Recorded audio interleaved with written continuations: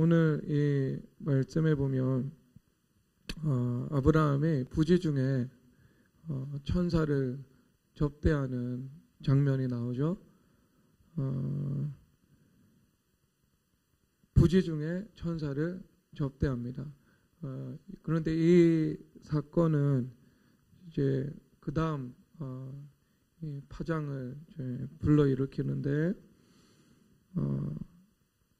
그 천사 중 한 분은 여호와의 사자로서 성육신하기 이전 예수님께서 현현하신 것으로 보고 있습니다. 예수님이셨어요. 구약에서 예수님을 섬기게 된 겁니다.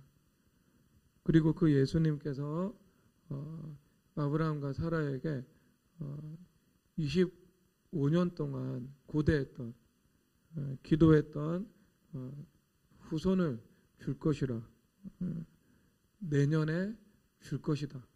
주님께서 이 말씀을 주시는 겁니다. 이것은 이제 사실상 이제 그 약속이 사실이 되어서 이제 너희들에게 주어졌다는 것을 말씀하고 있으신 거죠. 이건 그 인생의 부활이었습니다. 그러니까 인생의 부활을 다 고대하잖아요. 이혼한 사람은 재혼이라는 부활을 기대할 수도 있죠. 또 경제적으로 무너진 사람은 경제적인 것들이 부활이 될 수 있고, 또 내가 회개하는 사람은 새로운 사명, 이것이 내 인생의 부활이 될 수도 있습니다. 모든 사람들이 부활을 소망하고 꿈꿉니다. 기독교는 부활의 종교이기 때문에 그 부활에 대해서 내가 구하는 것이 마땅한 일이죠. 그런데 그 성경의 이 법을 보면 그 부활이라는 그 사건이 어떤 기회를 통로 삼고 주어졌다라는 것을 이제 우리가 볼 수가 있습니다. 그러면 이 통로가 무엇이었는가? 이 통로가 무엇이었는가? 아브라함의 관점에서는 자기 장막문 앞을 지나가는 그 세 사람을 본 것이고, 그리고 그들을 섬겼는데 알고 보니 예수님과 두 천사였던 것이었습니다.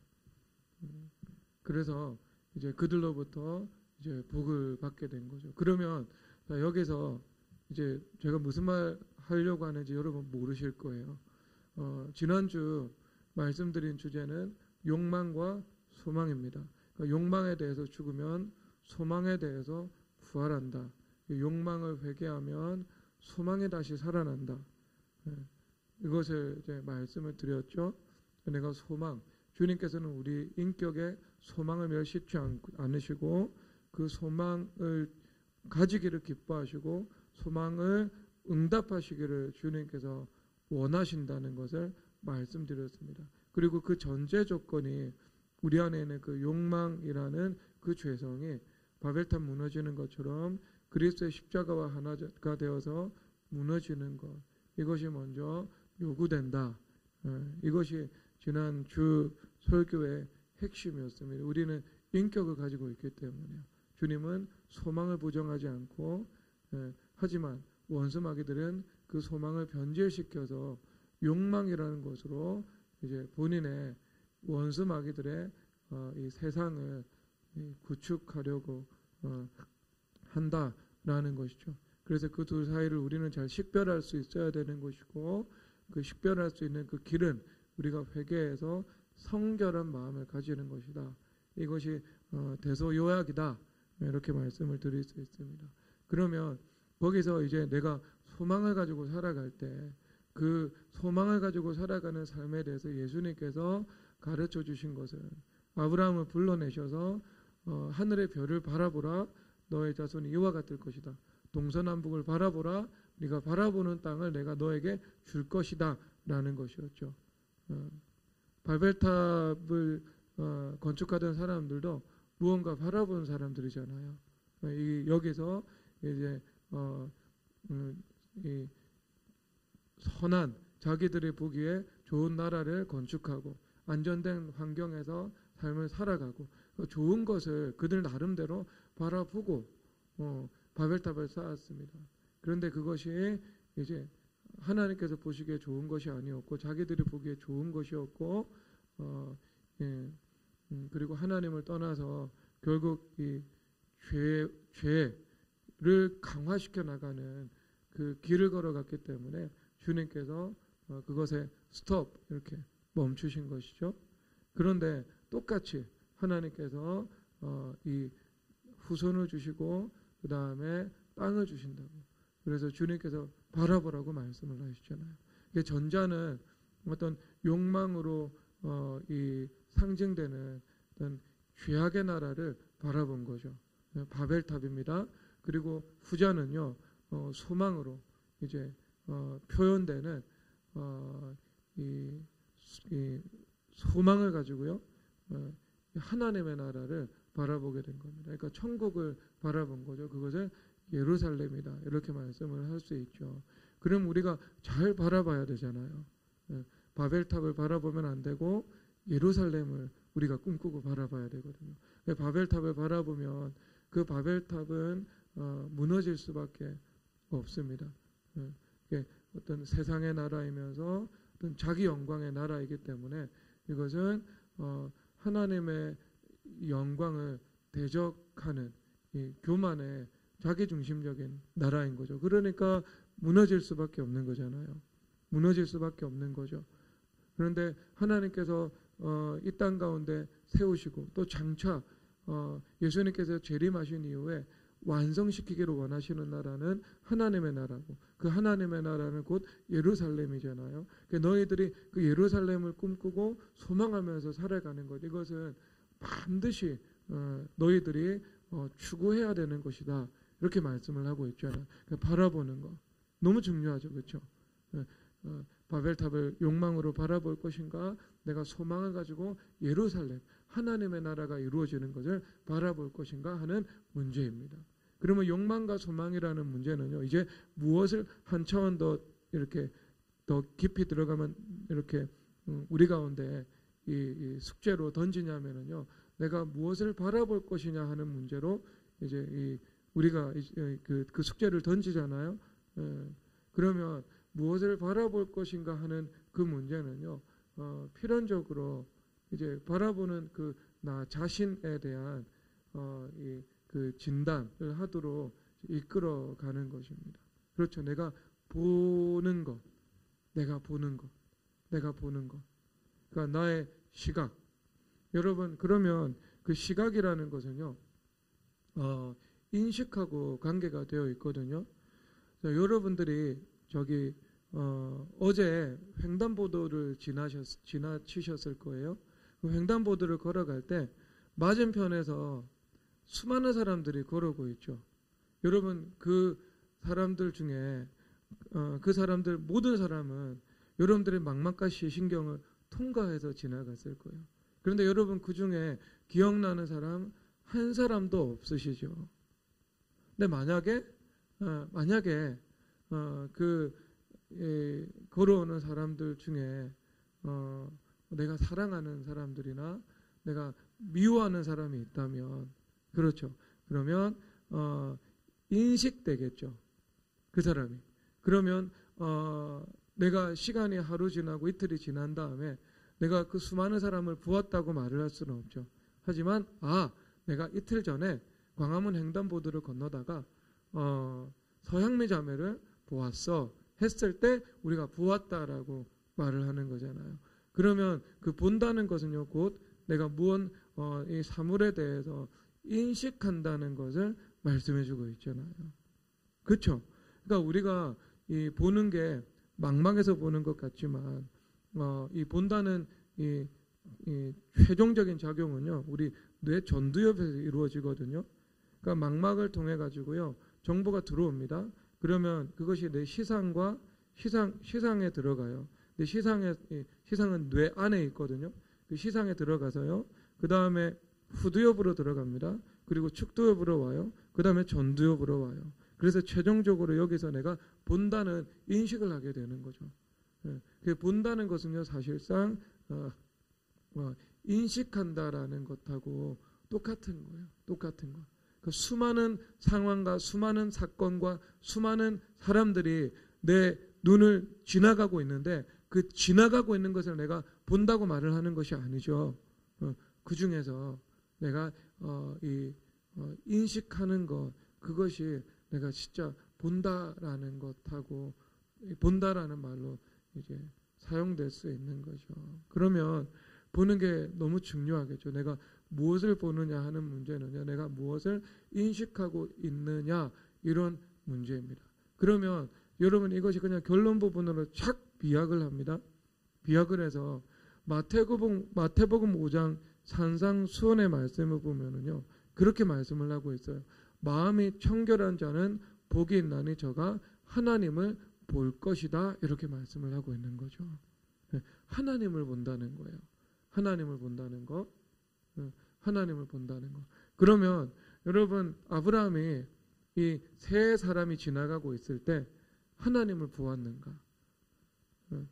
그러니까 저 지나가는 사람들이 하나님이다, 아니면 저 두 사람은 천사다, 이것을 보았는가? 그것은 아닙니다. 왜냐하면 성경에서 히브리서에서 말씀을 하고 계시는데 부지 중에 천사를 대접했다. 그러니까 이분들이 천국에서 파송된 예수님과 두 천사를 의미한다는 것들을 인식했던 것은 절대로 아닌 거예요. 아닌 거예요. 그렇죠. 하지만 결과적으로 보았을 때 그는 하나님과 천사를 본 것이고 그들을 대접한 것이 되었던 것입니다. 그러면 이 말은 뭐냐 하면은 이 아브라함이 앉아 있었습니다. 아브라함이 앉아 있었어요. 그리고 자기 장막문 앞에서 세 사람 정도가 다 지나가고 있었어요. 그럼 그 세 사람이 지나가고 있을 때 아브라함이 그냥 앉아 있다가 본 거예요. 본 거예요. 그런데 그 보는 순간 그가 하나님께서 주신 어떤 신적인 지혜와 신적인 감각을 통해서 무언가 자기가 섬겨야 된다는 것들을 인식을 한 거예요. 식별을 한 거예요. 아, 저 사람들은 무언가 내가 섬겨야 되는 사람이다. 아니면 저 사람은 무언가 이것은 중요한 사람이다. 그 사람의 어떤 분위기나 어떤 행색 이런 것들하고 상관없이 지금 하나님께서 내게 이 중요한 사람으로 주님께서 보내주시는 것이다. 뭐 이것들을요, 그가 이 간파한 거예요. 그래서 어떤 행보를 보이냐면은 여기서 2절에서 보면은 장막문에서 달려나가 영접하며 몸을 땅에 굽혀, 이렇게 말씀을 하고 있잖아요. 그러니까 이 기회를 이제 붙잡은 거죠. 앞에 지나가고 있는 그 기회가 지나가고 있었는데 그 기회를 달려가서 그가 붙잡아 버린 거죠.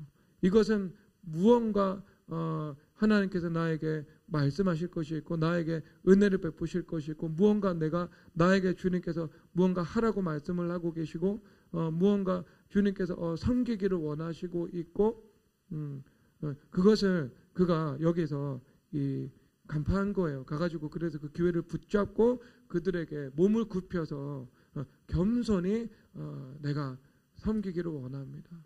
이렇게 이제 고백한 거죠. 근데 여러분 이것이 약간만 옆으로 가서 생각을 하면은요, 이 세상의 속성하고는 너무나도 달라요. 우리나라도 이 부산의 동네에서 한양으로 과거를 보러 올라가면 그 요소마다 명문댁에 집이 있었고 그 집 대문이 활짝 열려 있었죠. 그래서 과거를 보러 오고 가는 사람들이 그 집에서 숙박도 하고 밥도 먹었고 정보도 교류하고 뭐 그렇게 할 수 있었습니다. 그런 집들이 분명히 있었어요. 하지만 이런 경우는 없죠. 그렇죠.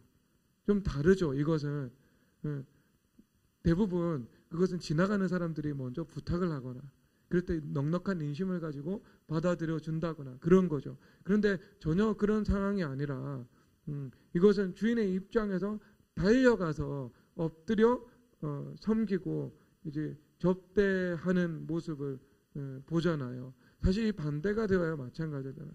섬김을 받는 사람이 엎드려야 되는데 오히려 내가 섬기는 사람이 겸손히 내가 여러분들을 섬겨도 되겠습니까?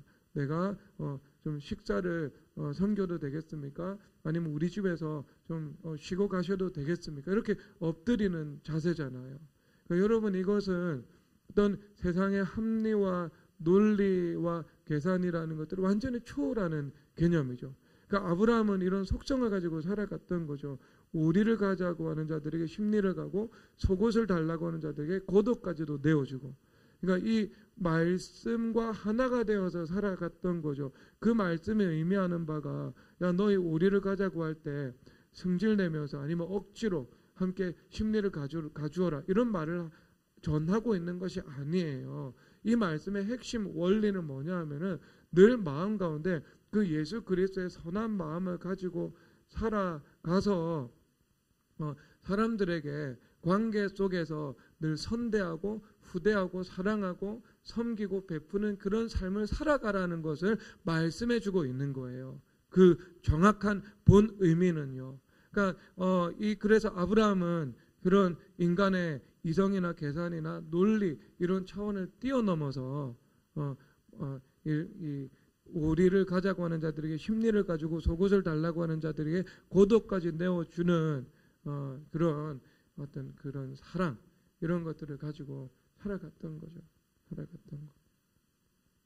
여러분 이것을 이 문학으로 한번 대칭을 시키면 레미제라블에 보면은 레미제라블 보면은 그 형사 이름이 뭐죠? 갑자기 제가 어제 잠을 한 7번을 깨가지고 자다가 지금 약간 머리가 혼미해요. 자베르죠. 네. 자베르죠. 자베르는 이 율법주의자잖아요. 죄가 있는 곳에 심판이 있다. 이것이 이제 그 사람의 사상을 이제 말해주고 있잖아요. 그래서 이 사람에게는 어떤 사랑 이런 것들은 없습니다. 그러니까 오늘 마태복음 5장의 관점에서는요, 철저한 계산, 철저한 합리, 철저한 이성 그런 것들의 사람이라고 보면 되는 거죠. 그래서 오리를 가져가면 내가 왜 오리를 너를 위해서 가져야 돼? 하는 거죠. 그럼 오리를 가자 이렇게 말하잖아요. 그러면 내가 오리를 동행하는 그 시간과 노동력에 해당하는 그 임금을 나한테 지불하지 않으면 나는 절대 너하고 오리를 갈 수가 없다 이런 삶인 거죠. 그러니까 오리를 가자고 하면은 오리도 안 가는 사람이죠. 그런 사람이 이제 자베르 이런 사람이다라고 말할 수 있겠죠. 그리고 이 오리를 가자고 하는 자들에게 십리를 가자고 하는 사람은 미리엘 주교 같은 사람이죠. 미리엘 주교 같은 사람이죠. 그래서 이 은식기를 훔쳐가잖아요. 그럴 때 내가 주었다라고 말씀을 하고 있잖아요. 그래서 이 율법의 그 이성, 계산, 논리 이것을 추월하여서 내가 오리를 가자고 하는 자들에게 십리를 가고 속옷을 달라고 하는 자들에게 겉옷을 내어주는 그 사랑 이것을 이제 가지고 살아가는 거잖아요. 우리나라에서는 레미제라블을 혁명이라는 관점에서 오독을 했잖아요. 근데 일본에서는요 레미제라블이라는 영화가 나올 때 그 영화의 그 내건 이 슬로건 이게 뭐냐면은 사랑의 힘이다 이거였어요. 혁명이 아니고요. 그러니까 혁명이 사람을 바꾸는 것이 아니고 사랑이 사람을 바꾼다. 이것에 대해서 주장을 하고 있는 책이잖아요. 그 핵심에 뭐가 있냐면은 그리스도의 부활의 능력이 있습니다. 저는 레미제라블의 정점에 뭐가 있냐면은 그 미래일 주교하고 장발장의 만남이 있다고 보거든요. 그럴 때 그 미래일 주교가 뭐라고 말을 하냐면은요, 장발장한테 그냥 사랑으로 그 허물을 덮고 끝나지 않습니다. 거기서 끝나면 복음이 아니죠. 그렇죠. 죄를 용인하는 거잖아요. 너희들 중에 죄 없는 자가 돌로 치라 이렇게 말씀을 하셨어요. 그런데 그 말씀으로 끝났나요? 예수님께서? 아니죠. 그 말씀한 다음에 너는 가서 더 이상 죄를 범하지 말라 이렇게 말씀을 하셨어요. 여기까지 가야 여기까지 가야 되죠. 이 말씀이 없으면 이것은 무율법이 되는 거예요. 근데 이 말씀이 가면 믿음으로 율법을 굳게 세우게 되는 거죠. 근데 자, 그때 이제 미리엘 주교가 했던 말씀이 뭐냐면은 보혈의 능력으로 죄를 이기라 이렇게 이야기를 하고 있습니다. 이것이 핵심이에요. 십자가 피의 능력만이 죄를 이길 수 있는 거예요. 새로운 삶을 살게 만드는 거죠. 자, 어쨌든 이제 그런 이제 이건 사이드 메뉴예요. 사이드 메뉴인데, 자, 아브라함이 그런 태도를 가지고 살아갔다고요. 이것은 그러니까 지금 어떤 이제 무언가 이것은 이 아브라함 가운데 인사이트 통찰력이 있어가지고요. 이 세 사람이 다가오는데 이것은 무언가 심상치 않은 거다. 이것은 무언가 어떤 하나님께서 비범한 무언가가 있다. 이것을 그가 간파한 거예요. 하지만 그의 삶의 태도는 늘 이랬다고요. 늘 이 주변에 어떤 나그네들이 지나가고 있으면 언제나 이 하나님의 마음으로 후대하고 그 다음에 관대하고 베풀고 섬기는 그런 수단과 본성의 삶을 그가 살아갔던 것이죠. 살아갔던 거죠. 그것이 여기서 그냥 늘 이는 습관적으로 아니면 그 패턴이 이런 사람이다라는 것들을 우리는 일단 근본적으로 인정을 해야 되죠. 그것이 나은 거예요. 자, 그리고 나서 이제 여기서 보면 이제 그러면 이제 그 아브라함의 어떤 이 마음, 이것은 이제 사랑이라고 볼 수 있겠죠. 자, 그러면 자, 이것을 가지고요. 한번 딱 또 반대편으로 한번 펼쳐보면 라반이라는 사람이 나오거든요.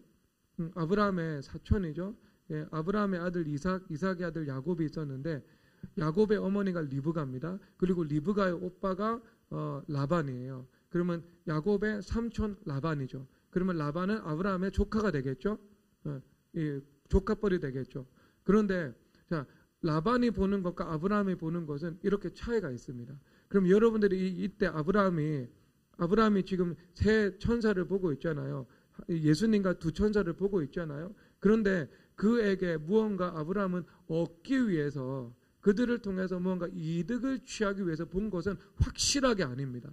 왜냐하면 아브라함이 나중에는 그분들이 예수님이고 천사라는 것들을 알았지만 그냥 그들을 볼 때는 아무리 비범한 것이 있고 아무리 무언가 이것이 하나님께서 계획하신 중요한 것이 있다는 것을 영감으로 직감했다 할지라도 사실상 그건 지나가는 나그네에 불과해서 대족장이잖아요. 대족장. 소와 양떼와 종들 부족함이 없는 사람이거든요. 그리고 지나가는 사람에 불과했던 거죠. 그러면 그 지나가는 사람에게 무언가 그가 이득을 얻기 위해서 그를 바라보았던 것은 아니에요. 그것은 어떤 탐욕적인 관점이죠. 사람을 이용하려고 하는 거죠. 그런데 라반은요, 야곱이 이 형 에서를 피해서 도망을 와요. 자기 집으로. 아니요. 그 전에 그 아브라함의 종 엘리에셀이 아브라함의 아들 이삭의 아내를 찾기 위해서 라반의 집에 오잖아요. 라반의 집에 왔을 때 그 아브라함의 종 엘리에셀이 라반의 여동생 리브가에게 선물을 줍니다. 그래서 금목걸이, 그 다음에 손목걸이, 그 다음에 코걸이, 귀걸이 선물을 주거든요. 금으로 된 선물. 그래서 그 리브가가 손에 금 손목걸이를 하고 그 다음에 그 자기 집으로 돌아와요. 그런데 그때 성경에서 기록을 하고 있거든요. 삼촌 라반은 무엇을 보았느냐? 리브가의 머리부터 발끝까지 보면서 그 리브가가 손에 손목걸이를 하고 있고 그 다음에 많은 선물을 받은 것을 보았다라고 말씀을 하고 있죠. 그러니까 라반의 관심사는 돈인 거예요. 돈. 그러니까 라반은 자기 사람들을 바라볼 때 돈으로 바라보고 있는 거죠. 그러니까 굉장히 탐욕적인 사람이죠. 그러니까 안목의 종족이라고 말할 수 있습니다. 안목의 종족. 그런데 아브라함은 그렇게 바라보지 않죠. 사람을 바라볼 때 돈으로 바라보거나 아니면 이용 가치로 바라보거나 아니면은 어떤 안목의 종력을 가지고 그 사람을 바라보거나 하지 않죠. 하지 않죠, 여러분. 그러니까 아브라함은 그런 바벨탑적인 탐욕 혹은 뭐 사람들을 이용하려고 하는 것들 이런 것들과는 자유했던 것이죠. 진실되고 그 다음에 정말 사랑에 있고 그리고 그 사랑에 입각해서 이제 섬기기 위해서 이제 바라보는 그런 사람이었던 거예요. 그렇죠. 그러니까 여러분 우리가 가져야 될 그 시각이 그거예요. 시각이 우리가 사람들을 바라볼 때 이용하려고 하거나 아니면 어떤 이 재물의 관점에서 그 사람을 바라보거나 하면 여러분 라반의 이 탐욕적인 속정을 가지고 살아가는 거죠. 그런데 여러분들이 아브라함의 후손으로 아브라함의 마음으로 살아간다는 것은 사람을 그렇게 보지 않는 거죠. 사랑으로 바라본다는 것은요. 한 사람 한 사람 바라볼 때 내가 저 사람을 무엇으로 섬길 수 있을까? 내가 저 사람을 어떻게 섬길 수 있을까 하면서 바라보는 거 이게 여러분 아브라함이 가지고 있는 그 시각이에요. 시각. 근데 이 시각 오늘 이제 시각이라는 주제예요. 시각이라는 주제. 시각으로 바라봐야 되죠. 여러분들이 부동산 중개업소를 해도요. 사람을 돈으로 볼 수 있고요. 그리고 사람을 섬기기 위해서 그 사람을 볼 수도 있어요. 그런데 여러분 밭 가는 데는 소망을 가지고 밭을 갈잖아요. 당연히 돈을 벌기 위해서 부동산 업을 하는 거예요. 돈을 벌기 위해서 사업을 하는 거예요. 그것에 대해서 주님께서 조금도 부정하지 않습니다. 이 땅의 삶을 살아가는데 주님께서 그런 계약사회를 만들어 놓으셨잖아요. 이 계약사회 속에서 다양한 어떤 이 일들을 통해서 돈을 버는 것 그것에 대해서 주님께서 언제 부정하셨어요? 아브라함도 이삭도 야곱도 농업에 종사했고 축산업에 종사했죠. 그러면 아브라함도 이삭도 야곱도 양떼와 소떼를 키울 때 이 양떼와 소떼가 건강하게 자라나서 많은 생육하고 번성하기를 원하고 농업을 할 때 씨를 뿌릴 때 이 씨가 열매가 나기를 바라보고 그리고 그 농업과 축산업 이것에 종사한 거예요. 그분들은 그런데 그럼에도 불구하고 영적으로 충분히 사람을 통해서 돈을 버는 심지어 그 부동산 중개업을 한다 할지라도 내가 이 사람을 섬기기 위한 그 중심을 가지고 살아가는 것과 내가 이 사람을 돈으로 보고 이용 가치에 입각해서 이 사람들을 판단하고 또 계산적이고 이성적이고 철저하게 합리적이기만 한 그 태도를 가지고 바라보는 것하고는요 완전히 다를 수밖에 없죠. 내 내면이 다른 거예요. 내 내면이 어떤 사람은 사랑하는 거고 어떤 사람은 내 마음 가운데 어떤 탐욕, 욕망 이것을 가지고 사람들을 바라보게 되는 거고 그렇죠. 그러면 이것도 똑같네요. 그렇죠. 누군가를 바라볼 때 욕망으로 바라보는 거고 누군가를 바라볼 때 소망을 가지고 바라보는 거고 똑같은 거는 그렇죠. 그러니까 우리가 그 내면에 있는 그런 이제 이 욕망 그 다음에 탐욕 이것을 회개하느냐 마느냐에 따라서 내가 어떤 시각을 가지고 사람들을 바라보는 것들을 결정을 하게 되는 거죠. 결정을 하게 되는 거죠. 근데 이것은 여러 차원의 파장을 계속해서 이 동시몬적으로 낳을 수밖에 없습니다. 낳을 수밖에 없어요. 왜냐하면은 이 세상은 이제 영적인 세계잖아요. 영적인 세계, 영적인 세계이기 때문에 분명한 내가 취한 어떤 마음의 중심에 따라서 영적인 세계 이 결과가 나오게 되어 있습니다. 내가 어떤 마음의 중심으로 살아가느냐에 따라서 그리고요 그냥 세상 사람 말로 그냥 세상 사람의 관점에서 보면은요 세상 사람도 그거 알아요. 세상 사람도 이 사람이 정말 진실된 마음으로 사람들을 대하는구나. 그 안에 예수님이 계시는구나.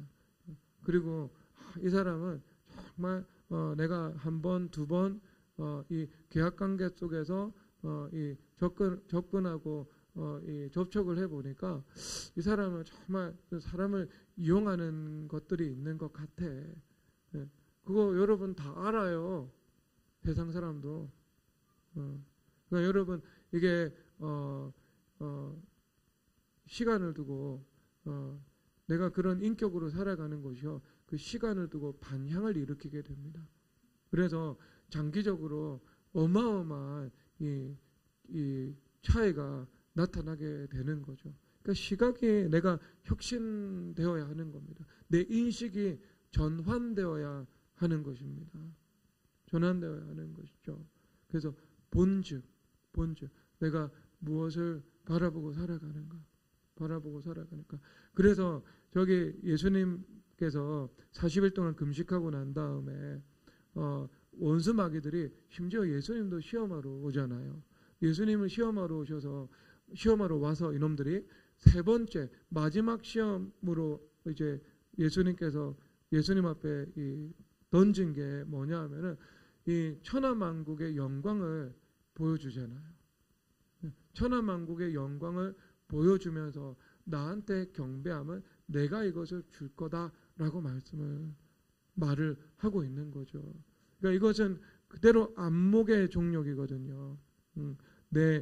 내가 무엇을 이제 보고 있느냐 하는 문제인 거죠. 천하만국의 영광, 그 바벨탑의 영광, 그것을 내가 보고 있는 거죠. 보고 있는 거.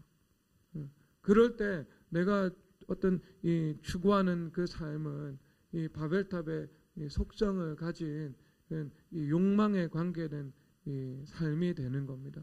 예수님께서 주시는 그 소망과 관련 없는 것이 되는 상관없는 것이죠. 상관없는 것. 주님 앞에 그런 안목의 정력들, 안목의 정력들을 주님 앞에 회개해야 돼요.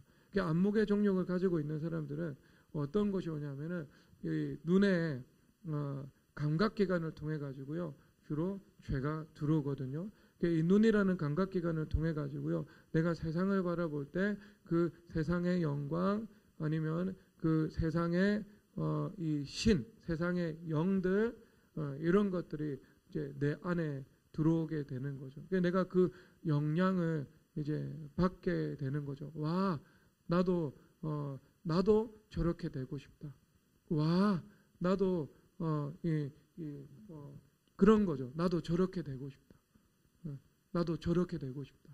나도 저렇게 하고 싶다라는 것이지요. 그것은 주님께서 주신 것하고는요 아무 상관이 없어요. 상관이 없어. 그냥 내 안에 있는 그 욕망하고 내부에 있는 욕망하고 외부에서 들어오는 안목의 정욕이라는 그 통로를 통해 가지고요, 시각을 통해 가지고요, 외부에서 들어오는 그 세상의 영광에 서로 이제 케미스트리를 이룬 것에 지나지 않는 거죠. 그러니까 욕망에 대해서 내가 살아 있으니까 소망이 살아날 수 없는 거죠. 그러니까 주님의 그 소망의 계획이 우리 삶 속에서 실현되기가 요연한 거예요. 요연한 거. 그러니까 우리가 그런 일들 앞에서 무엇을 해야 되겠어요?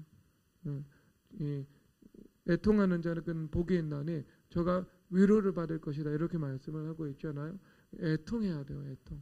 나의 모습을 보고 내 안목의 정욕과 내 안에 있는 그 해결되지 않은 그 욕망과 그에 입각해서 내가 사람들을 바라보고 사물들을 바라보고 그리고 그 사람과 사물을 통해서 영향력을 바라버리는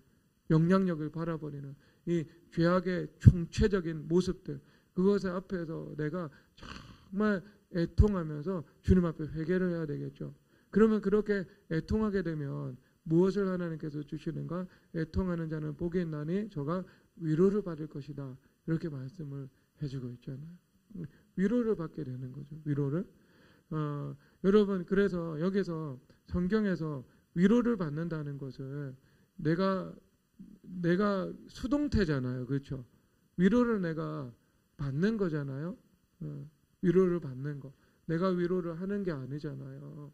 그러니까 이것은 사실상 내가 그런 욕망을 가지고 살아갈 때는 어떤 이 죄악의 시스템이 내 안에서 가동되냐 하면은요.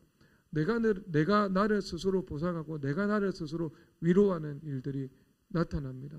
왜냐하면 안목의 정욕이라는 것은 우리가 시각을 통해서 들어오는 것이지만 주로 내가 인식되는 메커니즘 속에서는요, 내가 무언가를 상상하고 공상하는 거예요. 상상하고 공상하는 거예요. 그러면 내가 상상하고 공상하는데 그 상상과 공상이 뭐냐면은 내가 이 욕망으로 나를 바라보는 거예요. 욕망으로 바라보는 거예요. 그래서 어떤 세상 영광을 받고 어떤 세상 영광에 추구되고 뭐 세상의 어떤 인정과 칭찬 그리고 내 어떤 존재가 증명되고 이런 것들이죠. 그러니까 이 자아가 아주 부상되고 자아가 과장되고 이 자아가 부풀려지고 자아가 확대되고 이 자아의 나라가 이루어지고 이것을 내가 상상하고 공상하는 거예요. 그러면 그런 상상하고 공상하는 것을 통해 가지고요. 뭐예요? 내가 나의 시점이 그 상상과 공상의 시점으로 옮겨져 가지고요. 내가 나를 스스로 위로하고 내가 나에게 스스로 보상을 하고 있는 거예요. 보상하고 있는 거. 그러니까 미래에 나의 모습을 꿈꾸고 바라보고 소망하고 사모하면서 내가 스스로 만족을 누리고 살아가는 거죠. 만족을 누리고. 그러니까 이게 욕망이라는 그 하나의 죄가 우리 가운데 이 복잡한 내면 세계 네트워킹 속에서 이루어지는 이제 이 다양한 이 죄악의 선들입니다. 이 모양, 저 모양, 이런 루트, 저런 루트로 죄가 연결되고 결합돼 가지고요. 이 총체적인 그 욕망의 죄로 구성되는 거죠. 이것이 행동으로 나타나면 이게 세상 속에서 성공으로 실현되면 그건 결국 쌓는 것은 바벨탑밖에 되지 않는다는 겁니다. 그럼 이제 이렇게 살아가면 결과적으로 보면 다시 돌아가면 이런 상태로 살아가면 내가 사람들을 바라볼 때 돈으로 바라보고 이용 가치로 바라보고 그리고 잘해봤자 어떤 합리적인 것, 이성적인 것, 계산적인 것에 입각해서 저 사람이 나한테 어떤 정보와 이익을 줄 수 있는가 생각을 해서 그에 입각해서 나도 그 사람을 대하는 거죠. 그 사람이 어떤 나에게 이익도 주지 못하고 혜택도 주지 못하고 좋은 것도 주지 못하고 어떤 물리적인 이익도 주지 못하고 그러면 그 사람하고 내가 관계할 의도가 없는 거죠. 관계할 의도. 그러니까 이용 가치가 있고 기브 앤 테이크가 가능하고 내가 활용할 수 있고 그래야만 내가 그 사람하고 관계를 맺게 되는 거. 얼마나 그게 이게 불행한 인생이에요. 주변에 사랑하는 관계 하나도 없이 진실됨으로 도움을 주고 받을 관계 하나도 없이 그렇게 살아가면은요 이제 약점 붙잡히면은요 이제 안 되는 거예요. 그 약점 붙잡히면 안 되잖아요. 그럼 끊임없이 그 사람 앞에서 자기를 어필할 수밖에 없는 거예요. 나는 이런 사람도 많이 알고 있고 난 이런 사람도 알고 있어. 자기를 이제 세트로 묶어가지고요. 격상시켜가지고 그 사람한테 인정받기를 원하는 거죠. 그리고 나는 내가 무엇을 잘할 수 있는지 이것도 말을 해야 되고요. 그런 관계성 속에서는요. 절대로 자기 약점 이야기 못합니다. 왜? 약점 이야기하면 약점 이야기하는 순간 그 사람한테 약점 붙잡히거든요. 약해 보이면 안 되거든요. 내가. 그러면 치고 들어올 수 있거든요. 그 사람이. 그게 무슨 그런 관계 가운데 어떤 상호 신뢰가 있고 상호 어떤 존중이 있고 사랑이 있고 그러겠어요. 그런 관계 아니에요. 그것은. 그런 거 아니에요. 그런데 내가 완전히 이제 그런 내 안에 그런 욕망들이 회개가 되잖아요. 그러면 내가 마음 가운데는 소망이 있겠죠. 소망이 있고 그 다음에 내가 이제 내 안에 그런 아브라함과 같이 오리를 가자고 하는 자에게 심리를 가지고 속옷을 달라고 하는 자에게 겉옷을 내어주는 그런 사랑, 사람들을 후대하고 선대하고 그런 관대한 마음들, 이런 마음들, 허물을 덮는 그 사랑들, 내가 그런 마음을 가지고 살아가잖아요. 그러면 그 사람이 형성하는 그 모든 네트워크는 이 사랑에 입각해가지고요. 주님께서 재구성해 주시는 거죠. 모든 관계를. 그렇게 재구성해 주시는 거죠. 그러면 그 주변에 있는 사람들도 저 사람은 나를 그렇게 이용하려고 하는 의도가 없다. 저 사람은 정말 선하고 진실된 중심을 가지고 나를 대한다. 저 사람 안에는 정말 하나님께서 계시는 것 같다라고 하는 거죠. 그래서 그냥 내가 그냥 율법적이고 계약적인 관계를 맺고 살아가지만 뭔가 좀 힘든 일이 있을 때, 뭔가 자기의 마음이 환난을 통해서 깨트려질 때 생각나는 거예요. 문자 보내고 카톡 보내고 심지어 전화도 하고 심지어 찾아오기도 하고 그런 거예요, 여러분. 원래 전도는 그렇게 하는 거예요. 전도는 그렇게 하는 거예요. 왜냐하면 여러분, 노아가 방주 만들었을 때 어떻게 했어요? 방주 만들었을 때 노아가 저기 사자하고 이 소하고 아니면 저기 기린하고 사냥 나갔어요. 수렵 채집 활동하러 갔어요? 안 했어요. 하나님께서 보내주셨어요. 하나님께서 다 보내주셨다니까요. 보내주셨어요. 그래서 이사야서 2장에서 보면 여호와의 산에 있는 성전이 모든 산 위 꼭대기에 설 것이며 만방의 그리로 몰려들 것이다. 이렇게 말을 하고 있는 거죠. 내가 가가지고요 모으는 게 아니고요, 주님께서 모아주시는 거예요. 이게 하나님 중심이거든요. 주님께서 모아주시는 거예요. 주님께서 몰려들게 하시는 거예요. 이게 하나님 중심이라니까요. 그러면 이제 주님께서 그때부터는요, 내가 그렇게 진짜 아브라함처럼 거룩한 성전이 되고 내가 사랑에 입각해서 내가 그 시각을 가지고 사람들을 보고 예수님께서는 그 사랑으로 이제 이 예수님 중심으로 그리고 그 사랑으로 내 삶의 관계를 주님께서 이 재편해 주시는 거예요. 새롭게 주님께서 이 배열해 주시는 거예요. 내 삶의 관계를요. 그러면 주님께서 보내주시는 거죠. 나에게 만나게 해주시는 거죠. 내가 그것은 거룩한 성전이 된다. 이것을 말씀해주고 있는 거잖아요. 그럴 때 이제 내가 말로써, 그 다음에 말씀으로써, 그 다음에 여러 가지 선을 행하고 섬김과 베품으로써 그 영혼들을 내가 돌보고 주님께로 인도하는 그 일들을 감당해 나가게 되겠죠. 그러니까 내가 뭐가 변화돼야 되냐면은 그 시각이 변화돼야 돼요. 시각, 내 인식, 그 시각이 변화가 되면 내가 사람들을 바라보는 것도 그렇게 바뀌게 되는 거죠. 바뀌게 되는 거. 근데 여러분, 그 성경에서 그렇게 말씀을 하고 있어요. 잠언 27장에서 보면은 내 소떼의 마음을 두고 내 양떼의 형편을 부지런히 살피라고 이렇게 말씀을 하고 계시거든요. 그러면 이게 나중에 뭐가 되냐면요, 야, 내가 그 양의 털은 네가 겨울에 입을 옷이 될 것이고 그 소가 내는 젖은 네가 너와 너의 자식들이 먹을 수 있는 그런 뭐 양식이 될 거야. 이렇게 말씀을 하고 있거든요. 그러니까 주님께서 이렇게 말씀을 하세요.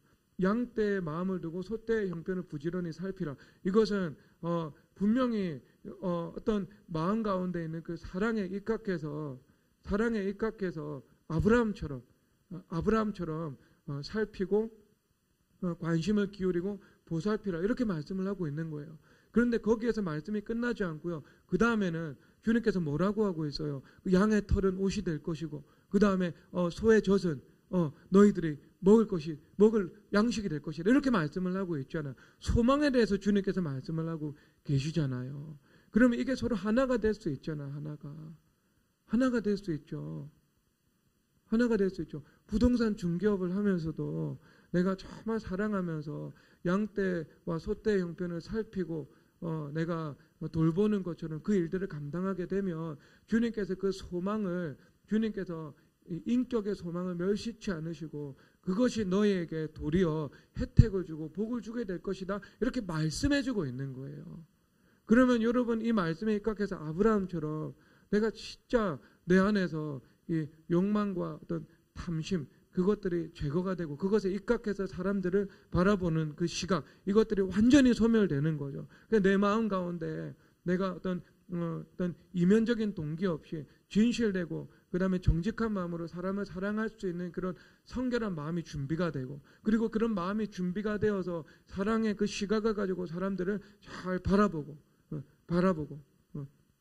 그렇게 살아간다면 하나님께서 어떻게 해주신다고요? 내가 내 네트워킹을 주님께서 조율해 주셔서 사랑하면서 살아갈 수 있도록 주님께서 은혜를 베풀어 주시는데 주님께서 그 관계를 통해서도 무엇을 주신다고요? 내 삶의 양식을 주실 수 있다. 내 삶의 복을 주실 수 있다. 이것을 말씀해 주고 있는 거죠. 여러분, 우리가 어떻게 살아가야 되겠어요? 어떻게? 여러분, 그러니까 황금률이죠. 제가 설교 때 진짜 말씀 많이 반복적으로 강조하는 것처럼 대접받고 온 자는 대로 남을 대접하라. 그 말씀하고 있는 거잖아요. 그 말씀. 영적인 세계. 율법이요 선지자의 대강령이다. 율법의 대소요약인 거예요. 이것은요. 율법의 대소요약. 이 만물은 그렇게 돌아가게 되어 있는 거예요. 만물은. 언제까지? 예수님께서 다시 오실 때까지. 성교를 마무리할 때까지. 그때까지는요. 이 말씀이 사라질 때가 있겠죠. 언젠가는. 교회가 이 땅에서 사라진다. 교회를 통해서 영혼 구원을 해야 되는데 그런 일들이 더 이상 필요가 없어진다는. 이제 이 세상은요. 이제 진짜 이 약육강식과 이 적자 생존의 그런 악의 세상이 될 거예요. 악의 세상. 그런데 예수님께서 세계 선교가 마무리될 때까지는요. 이 땅 가운데 예루살렘이 세워져야 되고, 그렇죠. 예루살렘 교회가 세워져야 되고, 그리고 지속적으로 선교가 이루어져서 사람들이 그 예루살렘 성전에 대해서 연결되고 결합되는 그 성전의 확장이 이루어져야 되고, 그렇기 때문에요. 하나님께서 이 땅을요 그 의와 공평으로 주님께서 통치하십니다.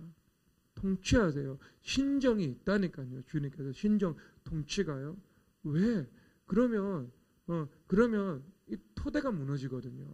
이 토대가 이 땅의 기둥이 다 무너지게 되거든요. 땅의 기반이 다 붕괴가 되게 되어 있거든요. 그럼 더 이상 하나님의 사랑하시는 성도들도 살아갈 수 없는 세상이 되고 선교도 할 수 없는 세상이 되는 거예요. 그렇기 때문에 선교가 완성되는 그날까지는요. 주님께서 쉬지 않고 일하시면서 주님께서 이 만물에 있는 그 모든 것들을 통치하고 운행해 나가십니다. 운행해 나가세요. 그래서 마치 성과 악이 도취되어 있는 상황처럼 보인다 할지라도요. 그것이 영원토록 계속되지는 않습니다. 기도하면 그 저주는 전복되어서 축복으로 바뀌게 되어 있어요. 기도하면 하나님의 공의가 나타나서 다시 선과 악을 주님께서 제자리로 돌려 놓으신다는 것입니다. 주님께서 그렇게 하신다는 거예요. 그러니까 그것을 주님께서 그렇게 이 만물을 큰 것부터 세밀한 영역까지 구석구석 주님께서 다스리신다는 것을 믿고 내가 그런 중심을 가지고 살아가야 되는 거예요. 중심을 가지고 살아가야 되는 거예요. 내가 어떤 시각을 가지고 내가 살아가느냐 하는 그 문제인 거죠. 그러니까 여러분 그래서 내 시각이 혁신됩니다. 내가 바로 이렇게 보지 못하게 만드는 거. 보지 못하게 만드는 것이 있잖아요. 보지 못하게 만드는 거. 교만은 보지 못하게 만듭니다. 통찰력을 마비시켜요. 자만의 관점에서 그렇습니다. 그 다음에 판단과 정죄. 이것도 내가 통찰력을 마비시켜요. 이것은 마태복음 7장의 관점에서 그래요. 그렇죠. 그 다음에 탐욕 있잖아요. 탐욕도 나의 이 통찰력을요 이제 마비시켜 버리게 되는 거죠. 마비시켜 버리게 되는 거죠. 내가 보지 못하게 만드는 거, 보지 못하게 만드는 거. 그러니까 사람들을 바라볼 때 그 바라보는 시각도 온전해지지 못하게 만들죠. 왜곡되죠. 아니면 무언가 내가 이 손익계산서의 관점에서 그 사람들을 바라보게 되는 거고요. 그러니까 그것을 주님 앞에 회개해야 돼요. 그러니까 이렇게 회개해가지고요, 내가 청결한 자가 되는 것이 목적입니다. 그러면 마음이 청결한 자는 복이 있나니 저가 하나님을 볼 것이다. 이렇게 말씀을 하고 있는 거예요. 마음이 청결한 자가 되면은요, 하나님께서 무엇을 주시는가? 우리 가운데 인사이트를 허락해 주시는 거예요. 인사이트. 그러면 그 인사이트를 주님께서 허락해 주실 때 나타나는 현상이 무엇인가? 나타나는 현상이 무엇인가? 지금 아브라함처럼 사람들을 바라볼 때 그 사람 안에 있는 이 예수 그리스도를 바라볼 수 있게 되는 거죠. 그렇게 바라볼 수 있게 되는 거죠. 사람들을 대할 때 그 안에 계신 예수 그리스도를 바라봄으로 그 사람을 내가 선대하고 후대하고 축복하고 함께할 수 있게 되는 겁니다. 관계가 얼마나 복되게 되겠어요. 그리고 내가 그런 인사이트가 임하게 되면은 만물 가운데서 하나님께서 행하시는 그 통치의 선을 내가 볼 수 있게 되는 거죠. 이것도 진짜 복된 거예요. 복된 거예요. 여러분 이게 왜 복되냐면 여러분 예를 들어서 뭐 그런 책들이 있잖아요. 뭐 총, 균, 세 이런 책들이 있다고 생각을 한번 해봅시다.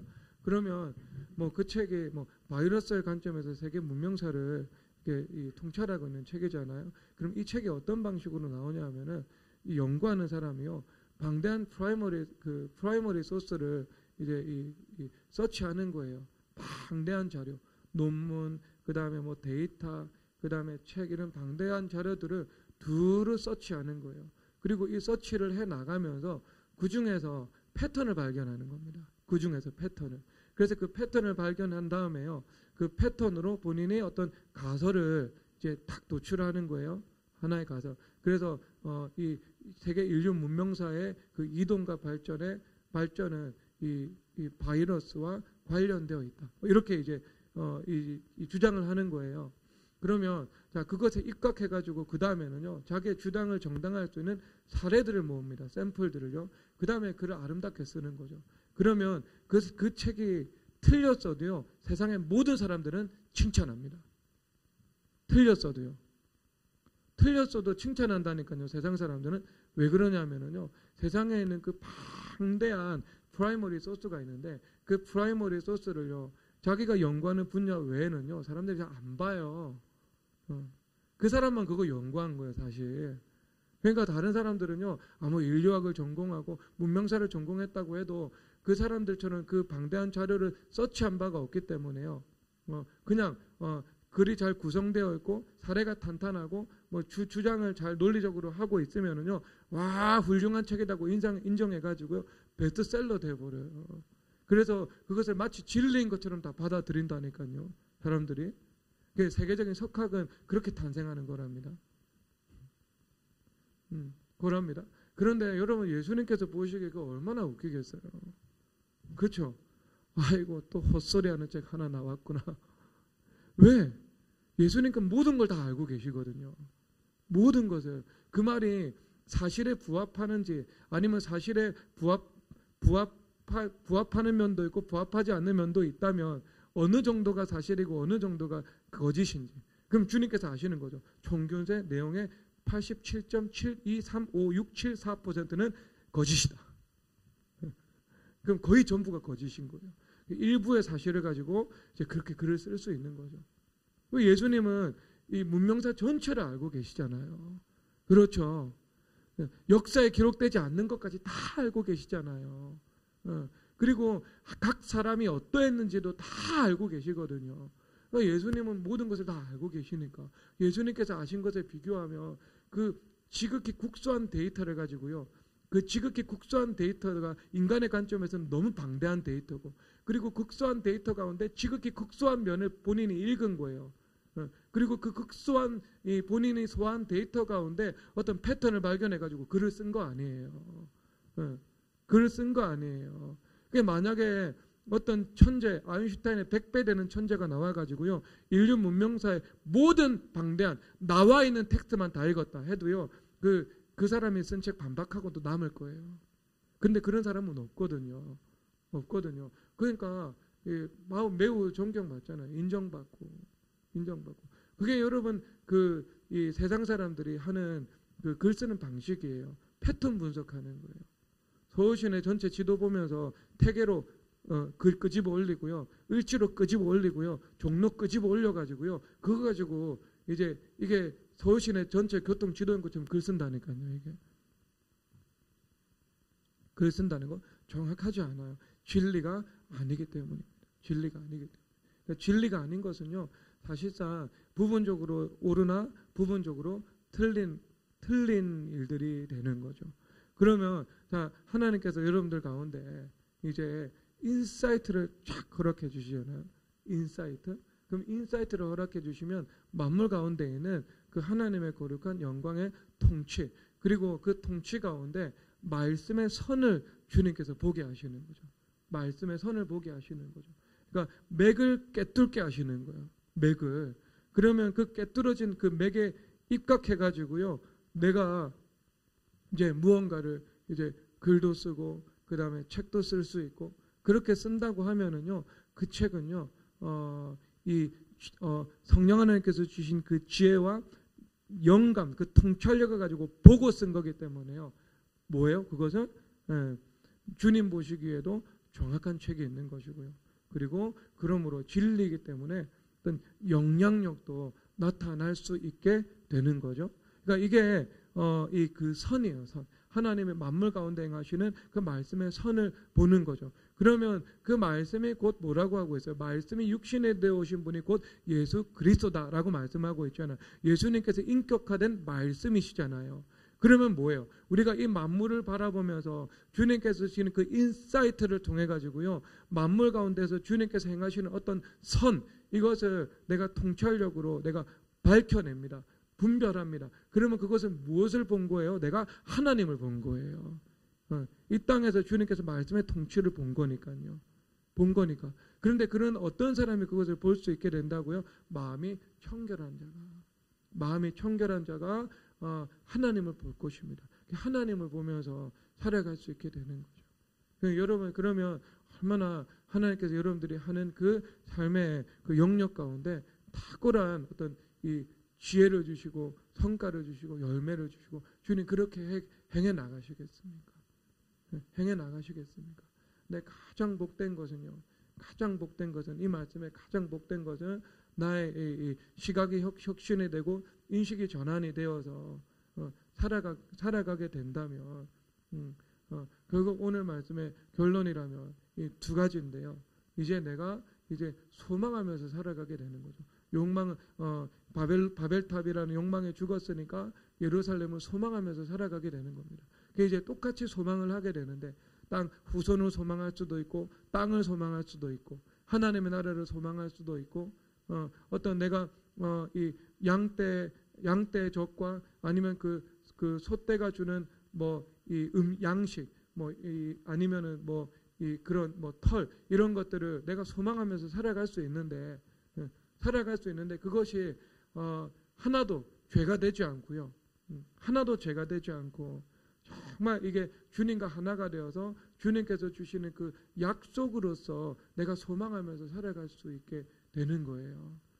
똑같은 것을 어떤 사람은 욕망으로 꿈을 꾸고요. 똑같아 보이는 것을요. 어떤 사람은 소망으로 내가 바라보면서 살아가는 거예요. 그런데 결과는 어떤 사람은 바벨탑을 쌓았고 어떤 사람은 예루살렘을 쌓은 거예요. 똑같이 기업을 경영했는데 어떤 사람은 예수님께서 그것은 바벨탑이다라고 하시면서 무너뜨리는 것이 되고요. 어떤 사람은 그것은 예루살렘 하나님의 나라다 주님께서 판단하시면서 주님께서 그것은 상급으로 주님께서 삼아주시는 거죠. 상급. 그 하는 일 자체가 얼마나 복이 되겠어요, 여러분. 얼마나 복이 되겠어요. 어떤 사람은 그럴 수 있는 거죠. 어떤 사람은 그럴 수 있는 거. 어떤 사람은 예를 들어 자동차를 모는데 그 자동차에 대한 탐심이 가득 있어가지고요. 그 차를 모는 게 어떤 욕망을 몰고 다니는 거예요. 욕망. 어떤 사람은 마음이 청결해요. 마음이 청결한데 하나님께서 상을 주셨어요. 상급을. 그러면 그것은요. 그 소망의 실체를 몰고 다니는 거예요. 똑같은 차를 몰고 다녀도 어떤 사람은 욕망이에요. 주님 앞에 회개해야 돼. 회개를 해야 돼요. 회개. 어떤 사람은요. 그게 아니에요. 똑같은 차인데요. 똑같은 차를 몰고 다니는데 혼다 오디세이를 몰고 다니는데 어떤 사람은 그건 소망의 실체로서 주님께서 주신 상급으로 몰고 다니는 거예요. 다르죠, 여러분. 똑같은데 달라도 너무 다른 거 아니에요. 우리가 청결한 마음을 가지고 살아간 사람들은 시각이 혁신되잖아요. 안목의 정욕으로 살아가지 않아. 내가 바라보는 것을 통해서 세상의 세상의 영광 이런 것들이 틈을 타지 않아요. 그리고 그것을 향한 나의 어떤 욕망, 탐심 이것이 활성화되어서 막 돌아가지도 않아요. 자유하죠. 세상에 대해서 죽어서 자유한 거예요. 그런데 어떻게 해요? 내가 소망을 가지고 하나님께서 주신 상급을 내가 그 소망의 그 실체로서 누리고 살아가는 거죠. 사업을 해도 그 소망의 실체, 땅을 주셔도 소망의 실체, 내가 주님께서 사명을 감당해도 소망의 실체, 교회가 부흥해도 그것은 욕망이 아니라 소망의 실체, 내 관계를 넓혀주셔서 사랑하는 삶을 살아가게 하셔도 그것도 어떤 사람에 대한 욕망이 아니라 그 소망의 실체, 하나님께서 주신 상급, 그것으로서 내가 살아갈 수 있게 되는 거죠. 그래서 욕망에 대해서 죽으면 소망에 대해서 살아나게 되는 거 아니겠어요? 그렇죠? 내가 청결해지면, 마음이 청결해지면 시각이 바뀐다니까요. 그럼 이제 그 시각이 바뀌었어요. 그 시각이 바뀌었다. 그러면 이제 최종적으로 어떻게 살아가는가? 최종적으로 이건 최종적으로인데 우리가 삶을 사는 그 모든 것 가운데 함께 하시는 예수님을 바라볼 수 있게 되는 거예요. 아브라함 앞에 세 사람이 지나갈 때 그냥 사랑으로 그들을 섬겼습니다. 그런데 알고 보니까 그분들 안에 예수님께서 함께 계셨던 거예요. 그러니까 내가 예수님을 섬기게 된 거였어요. 예수님을 섬기게 된 거. 얼마나 여러분 그것이 복이 되겠습니까? 그러면 여러분들이 그런 시각을 가지고 삶을 살아가다 보면 삶을 살아갈 때 만나는 관계 안에서 예수님을 볼 수 있게 되는 거고요. 여러분들이 삶을 살아가면서 늘 나와 함께 동행하시는 그 예수님을 볼 수 있게 되는 거죠. 그렇죠. 그리고 그 본다는 것이 무엇인가 내가 인식하게 되는 거죠. 인식하게 되는 거. 예수님께서 늘 나와 함께 하시는데 그 함께 하시는 예수님을 내가 인식하게 되는 거고요. 내 앞에 형제 자매들이 있을 때 그 안에 늘 예수님께서 함께 계시는데 그 예수님을 내가 인식하게 된다는 거죠. 마음의 청결한 자는 하나님을 본다라는 것들을 이제 의미하고 있는 말씀인 것입니다. 그러면 이제 하나님께서 여러분들에게 기회를 주시는 기회를, 은혜 받을 기회를 주시는 거예요. 아브라함이 그 사람들을 본즉 달려나가 보고, 통찰력으로 보고 그 다음에 달려나가 그들을 섬겼죠. 사랑했죠. 그럴 때 하나님께서 그 사자들 이 나그네로 찾아오신 하나님께서 축복하잖아요. 내년 이맘때 아들이 있을 것이다. 그렇게 꿈꾸고 소망하고 바라보았던 너의 그 소망의 실체가 하나님께서 주시는 상급으로 정확하게 1년 이후에 나타나게 될 것이다. 주님께서 말씀해 주시는 거예요. 막연한 이제 기다림이 아니라, 인내의 기다림이 아니라 이제 가시적으로 와서 이제 줄 것이다. 주님께서 말씀하시는 그 부활이 눈앞에 이제 다가온 겁니다. 부활은 그렇게 찾아왔더랍니다. 그래서 여러분들이 그 청결한 마음을 가지고 살아갈 수 있고, 아브라함처럼 아브라함의 시각으로 살아갈 수 있을 때 하나님께서 여러분들에게 그 인생의 새로운 부활을 선물로 허락해 주실 것입니다. 이 시간 우리 찬양하도록 하겠습니다. 만왕의 왕 내 주께서